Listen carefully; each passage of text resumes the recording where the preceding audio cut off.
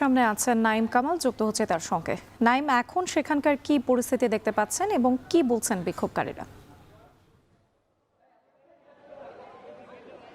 জি রাত্রি এখানে কিন্তু সকাল থেকেই ইসলামী ব্যাংক ইস্যুতে কিন্তু আন্দোলন শুরু হয়েছিল এবং এখানে কিন্তু আমরা দেখেছি যে প্রায় হাজারের অধিক আন্দোলনকারী কিন্তু এখানে বিক্ষোভ করেছেন এবং পুলিশ এখানে লাঠিচার্জ করেছেন। বিক্ষোভকারীদের পক্ষ থেকে অভিযোগ করা হয়েছে তাদের ইতিমধ্যে কিন্তু 24 জন আহত হয়ে বিভিন্ন হাসপাতালে চিকিৎসা নিচ্ছেন এবং বলা হচ্ছে যে এর মধ্যে 4 জনকে কিন্তু খুব আশঙ্কাজনক অবস্থায় রয়েছে, তাদের জন্য কিন্তু তারা দোয়া চেয়েছেন। এবং তারা আমরা দেখেছি যে এখানে কিন্তু আন্দোলনকারীরা যখন আন্দোলন শুরু করেছেন এরপরে কিন্তু প্রায় 5 শতাধিকের মতো পুলিশ এখানে এসে অবস্থান নিয়েছেন। তারা চাচ্ছেন যে এখান থেকে যেন আন্দোলনটিকে সরিয়ে দেওয়া যায়। তবে আন্দোলনকারীরা বলছেন যতক্ষণ পর্যন্ত যে নতুন নিয়োগ পাওয়া বাংলাদেশ ব্যাংকের পক্ষ থেকে যে নিয়োগ দেওয়া হয়েছে সাবেক ডেপুটি গভর্নর খুরশিদ আলমকে চেয়ারম্যান হিসেবে, তাকে কিন্তু অপসারণ না করা পর্যন্ত তারা কিন্তু আন্দোলন চালিয়ে যাবেন।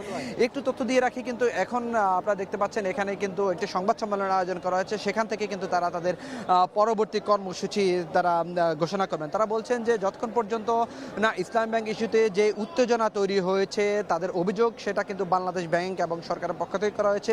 এই উত্তেজনা যতক্ষণ পর্যন্ত কিন্তু বন্ধ না করা হবে ততক্ষণ পর্যন্ত কিন্তু তারা আন্দোলন চালিয়ে যাবেন। এখানে দেখতে পাচ্ছেন যে অযোগ্য অথর্ব বোর্ড এবং ডাইরেক্টরসের সকল সদস্যের অবিলম্বে পদত্যাগ চাচ্ছেন। শুধু যে তারা চেয়ারম্যানের পদত্যাগ চাচ্ছেন তা না, তারা তাদের ব্যানারে কিন্তু তারা উল্লেখ করছেন যে বোর্ডের ডিরেক্টর যারা আছেন তাদের সকল সদস্যের কিন্তু পদত্যাগ চাচ্ছেন। একটু জানিয়ে রাখি, ইসলামী ব্যাংক কিন্তু বিগত সরকারের আমলে অর্থাৎ অন্তর্বর্তী সরকারের আগের যে সরকার ছিল সেই সরকারের আমলে কিন্তু ইসলামী ব্যাংকে ব্যাপক ধরনের অনিয়মের ঘটনা ঘটেছে এবং বিভিন্ন অডিট রিপোর্টে সেটি উঠে এসেছে। সেই অনিয়ম রোধে কিন্তু 5 আগস্টের পরে তৎকালীন যে চেয়ারম্যান এবং যারা ব্যাংকের মালিকানা দাবি করেছিলেন তাদের কিন্তু শেয়ার জব্দ করেছিল, অর্থাৎ এস আলমের কিন্তু শেয়ার সবগুলো কিন্তু বাংলাদেশ ব্যাংক জব্দ করবে। এরপরে কিন্তু নতুন এমডি নিয়োগ হয়। সেই এমডি কিন্তু ইসলামী ব্যাংকে ঘুরে দাঁড়ানোর জন্য কিন্তু বেশ কিছু কাজ করেছেন বলে গ্রাহকরা দাবি করছেন এবং বলছেন যে অস্থিতিশীল ব্যাংকটাকে কিন্তু তারা স্থিতিশীল করেছেন। সেই এমডিকেও কিন্তু পদত্যাগ করা হয়েছে বলে তারা অভিযোগ করছেন।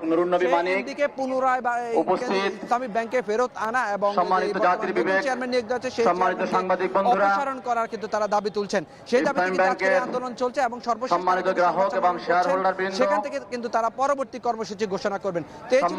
ইসলামী ব্যাংকের সামনে থেকে সচেতন গ্রাহক পুনরায় আন্দোলন হচ্ছে, সেই আন্দোলনের সর্বশেষ।